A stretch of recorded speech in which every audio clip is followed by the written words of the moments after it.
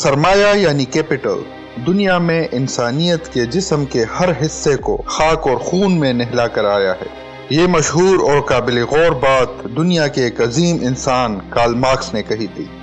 آج کی یہ ویڈیو سرمایہ دارانہ نظام کے سیریز کی پہلی ویڈیو ہے۔ پہلے ہم نے سوچا کہ ایک ہی ویڈیو میں کیپٹلزم اور سوشلزم کو تفصیل سے بیان کر دیں، لیکن جب دیکھا تو یہ ممکن نہیں تھا۔ اس سیریز میں ہم آپ کو دنیا کی دو مختلف معاشی نظاموں کے بارے میں تفصیل سے بتائیں گے۔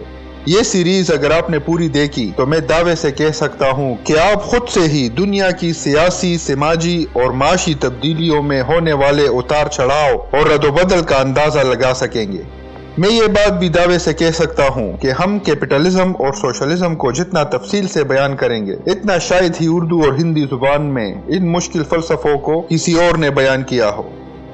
آج کل کے معاشی حالات دنیا کے بے شمار لوگوں کے لیے پریشان کن ہے، کیونکہ تقریباً ہر ملک میں دولت چند ہاتھوں میں اکٹھی ہو گئی ہے۔ دنیا کے تقریباً 2000 ارب پتی لوگوں کے پاس دنیا کے 4.6 ارب لوگوں سے زیادہ دولت ہے، اور یہ 4.6 ارب لوگ دنیا کی کل آبادی کا 60% ہے۔ یہی نہیں بلکہ سال 2019 میں دنیا کی 10 مالدار ترین کمپنیوں کی کل آمدن 3600 ارب ڈالر سے زیادہ تھی۔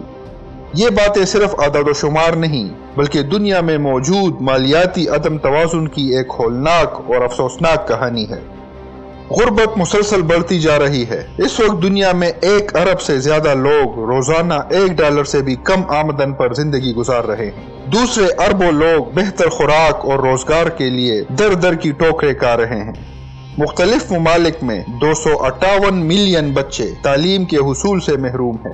یہ حالات چند مہینوں یا سالوں میں رونما نہیں ہوئے، بلکہ اس کے تانے بانے صدیوں سے شروع استحصالیت یعنی ایکسپلائٹیشن سے ملتے ہیں۔ یہ ایکسپلائٹیشن دنیا میں کب، کیوں اور کیسے شروع ہوئی؟ سرمایہ داروں کے پاس اتنی دولت کیوں اور کیسے جمع ہوئی؟ ہر ملک کی حکومت لاکھوں کروڑوں غریب ووٹروں کی بجائے چند مالدار لوگ ہی کیوں بناتے ہیں؟ یہی وہ موضوعات ہیں جن کے جوابات کے لیے ہم نے اس نئے سیریز کا آغاز کیا۔ آپ سے درخواست ہے کہ ویڈیو پوری دیکھیں اور ہمارے چینل کو سبسکرائب بھی کر دیں۔ تو آئیے ویڈیو شروع کرتے ہیں۔ انسانوں کی بنیادی اور امتیازی خاصیت یہ ہے کہ انسان اپنے لیے خود دنیا بناتے ہیں، یعنی ہم کھیتی باڑی کرتے ہیں، ہم کارخانے بناتے ہیں اور چلاتے ہیں، ہم گھر، دفتر اور عمارتیں تعمیر کرتے ہیں، جبکہ ہمارے مقابلے میں جانوروں کا اس دنیا سے رشتہ اور تعلق صرف علامتی ہے، یعنی جانور اپنے ماحول اور گرد و پیش پر اس طرح سے اثر انداز نہیں ہوتے جس طرح ہم انسان۔ اگر ہم جنگلی حیات پر نظر دوڑائیں تو ہم دیکھ سکتے ہیں کہ زیبرا گھاس کھا کر اپنا گزر بسر کرتا ہے، جبکہ شیر اسی زیبرا کو کھا کر خود کو زندہ رکھتا ہے، لیکن آخر میں یہ دونوں چیزیں مر کر زمین بوس ہو جاتے ہیں اور بالآخر گھاس بننے کے کام آتے ہیں۔ زیبرا، گھاس اور شیر کی زندگیاں قدرتی طور پر واقع ہوتے ہیں، لیکن انسانوں کا معاملہ الگ ہے۔ انسان اپنی زندگی کو بہتر اور خوبصورت بنانے کے لیے قدرتی ماحول میں رد و بدل کرتے ہیں اور کسی حد تک قدرتی ماحول کو تباہ کر کے اپنے معیار کے مطابق اپنے گرد و پیش کو ایک نئے سانچے میں ڈالتے ہیں۔ انسان کی بقا کا نظام ایک ایسی صلاحیت پر مبنی ہے جس میں وہ ماحول کو تخلیقی طور پر تبدیل کر کے اپنی آسائشوں اور سہولتوں کے لیے سامان مہیا کرتے ہیں۔ اسی لیے جب کوئی انسان زمین میں ہل چلاتا ہے یا بلند و بالا عمارت تعمیر کرتا ہے تو وہ ماحول پر اثر انداز ہوتا ہے، اور پھر وہ اپنے بنائے ہوئے شاہکار کے آئینے میں نیچر کو دیکھتا ہے۔ خود آگاہی یعنی سیلف کانشیسنس انسان کو باقی جانوروں سے ممتاز کرتی ہے، جس سے وہ اپنی تخلیق کردہ زندگی کا مشاہدہ کرتا ہے، اور پھر اسی مشاہدے سے خالق اور تخلیق کے درمیان ایک رشتہ پیدا ہوتا ہے۔ وضاحت کرتے چلیں کہ اردو زبان میں کسی چیز کو بنانے والے انسان کو بھی خالق ہی کہا جاتا ہے۔ اگر ہم خالق اور تخلیق کے رشتے کی مثال دینا چاہیں تو ہم یہ دے سکتے ہیں کہ جب کوئی انسان اپنے ہاتھوں سے کسی چیز کو بناتا ہے تو وہ اپنی اس بنائی ہوئی چیز سے محبت کرتا ہے۔ مثال کے طور پر اگر آپ نے اپنے لیے لکڑی سے کوئی میز بنایا ہو، یا کبھی کوئی اینٹ گھر میں لگائی ہو، یا پھر اگر کسی عورت نے کبھی اپنے لیے خود کپڑے سیے ہوں، تو آپ کو اپنی بنائی ہوئی وہ چیزیں ہمیشہ اچھی لگیں گی۔ پرانے زمانوں میں انسان کو جس بھی چیز کی ضرورت ہوتی تھی وہ اسے اپنے لیے خود بناتا تھا۔ اس زمانے میں نہ تو سپر مارکیٹس تھی اور نہ ہی کارخانے۔ اگر انسان کے پاس کوئی اوزار ہوتا تھا یا کوئی شرٹ تو وہ اس کی اپنی ہی ایجاد ہوتی تھی۔ یا پھر اس شخص کی جسے وہ جانتا ہو، کیونکہ اس وقت آبادی بھی کم تھی اور لوگوں کی ضروریات بھی۔ اس زمانے میں ایک شخص یا ایک قبیلہ ایک چیز بناتا اور دوسرا شخص یا قبیلہ کوئی دوسری چیز۔ اگر ایک شخص کو دوسرے کے بنائے ہوئے مال کی ضرورت ہوتی تو وہ اپنی بنائی ہوئی چیز دے کر دوسرے شخص کی بنائی ہوئی چیز اس سے لے لیتا۔ اس طریقے کی تجارت کو بارٹر سسٹم کہا جاتا ہے، جہاں آپ مال کے بدلے مال دیتے ہیں۔ اگر آپ ذرا غور سے ان باتوں پر سوچیں تو آپ کو معلوم ہوگا کہ ابتدائی زمانے میں لوگوں کو اپنی بنائی ہوئی چیزوں میں اپنا آپ اور اپنی محنت نظر آتی تھی۔ اسی وجہ سے وہ اپنے بنائے ہوئے مال سے، اپنے ارد گرد کے ماحول سے اور دوسرے لوگوں سے جڑے ہوتے تھے۔ زمانہ قدیم کی ان مثالوں کی اگر آپ کو سمجھ آ گئی ہے تو آگے ہم آپ کو دنیا کے معاشی نظام کے بارے میں تھوڑا سا بتائیں گے۔ آپ سے گزارش ہے کہ یہ ویڈیو آخر تک ضرور دیکھیں۔ سرمایہ دارانہ نظام دراصل ایک معاشی نظام ہے جس میں پرائیویٹ ادارے پیداواری عوامل یعنی فیکٹرز آف پروڈکشن کے مالک ہوتے ہیں۔ ان عوامل کے بغیر ہم کوئی چیز نہ تو بنا سکتے ہیں اور نہ ہی بیچ سکتے ہیں۔ یہ فیکٹرز آف پروڈکشن 4 طرح کے ہوتے ہیں: لینڈ، لیبر، کیپٹل اور انٹرپرائز، یعنی زمین، مزدور، سرمایہ اور کاروباری مہم۔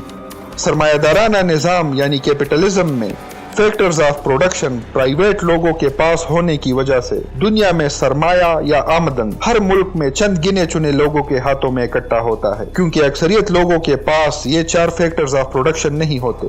اسی لیے سرمایہ دار پیسہ لگا کر مال بناتا جاتا ہے اور باقی عوام مزدوروں کے طور پر ان کے کارخانوں، زمینوں اور دوسرے دفاتر میں کام کرتے ہیں، یعنی جسم کی مزدوری بیچ کر اپنی زندگی گزارتے ہیں۔ سوشلسٹ نظام اس کا الٹ ہے۔ سوشلزم میں پیداواری عوامل یعنی فیکٹرز آف پروڈکشن عام لوگوں کی بجائے ریاست کے ہاتھوں میں ہوتے ہیں۔ سوشلسٹ معاشی نظام میں کاروباری لوگ پیسہ جمع نہیں کر سکتے، اسی لیے ریاست ہی عوام کے روزگار اور گزر بسر کی ذمہ دار ہوتی ہے۔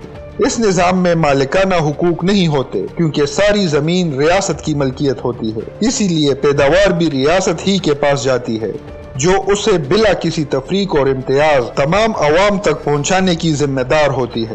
ہم فی الحال اس موضوع کو ادھر ہی چھوڑتے ہیں اور ذرا تاریخ پر نظر دوڑاتے ہیں کہ یہ 2 مختلف نظام کس طرح وجود میں آئے اور ان 2 نظاموں سے پہلے دنیا کس طرح چل رہی تھی۔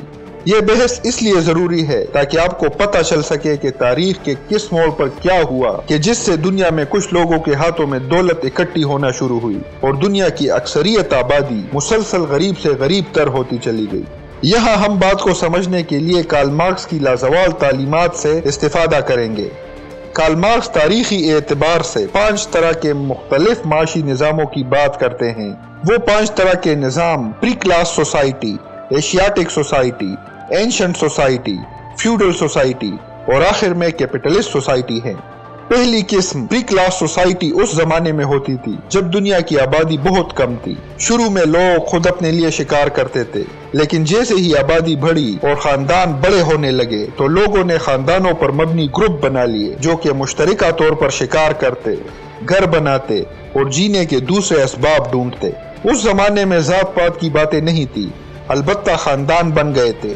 یہ لوگ کمیونٹی میں رہتے اور ان میں مزدوروں کی تقسیم کا معاملہ بالکل قدرتی تھا۔ جو بھی شخص جس بھی چیز کو بنانے میں دلچسپی لیتا اور بناتا وہی چیز اس کی پہچان بن جایا کرتی تھی، یعنی ہر بندہ اپنی قدرتی صلاحیت کو بروئے کار لا کر کمیونٹی میں اپنے فرائض انجام دیتا اور یوں ہر کمیونٹی انتہائی خوش اسلوبی کے ساتھ گزر بسر کرتے رہے۔ جب دنیا کی آبادی بڑھنے لگی تو سوسائٹیز کی شکل بدلنے لگی اور دوسری قسم یعنی ایشیاٹک سوسائٹیز وجود میں آئی۔ بڑھتی ہوئی آبادی سے نئے مسائل نے جنم لیا جن کو حل کرنے کے لیے نئے حل تلاش کرنے پڑ گئے تھے۔ اس دور میں یعنی ایشیاٹک سوسائٹیز میں ایگریکلچر کے لیے نئے اوزار اور رہائش کے لیے نئے طرز و تعمیر ایجاد ہوئے۔ تیسری قسم یعنی اینشنٹ سوسائٹیز شہروں کے آس پاس آباد ہوئی، مثال کے طور پر روم کے ارد گرد۔ یہ وہ دور تھا جب پرائیویٹ پراپرٹی کے تصور نے جنم لیا، یعنی لوگ باقاعدہ طور پر زمین کے مختلف ٹکڑوں پر اپنا حق جتانے لگے، جو کہ اس سے پہلے کبھی نہیں ہوا تھا، کیونکہ پہلے آبادی اتنی کم تھی کہ لوگوں کو ضرورت ہی نہیں تھی کہ وہ زمین جیسی چیز کے لیے آپس میں لڑیں۔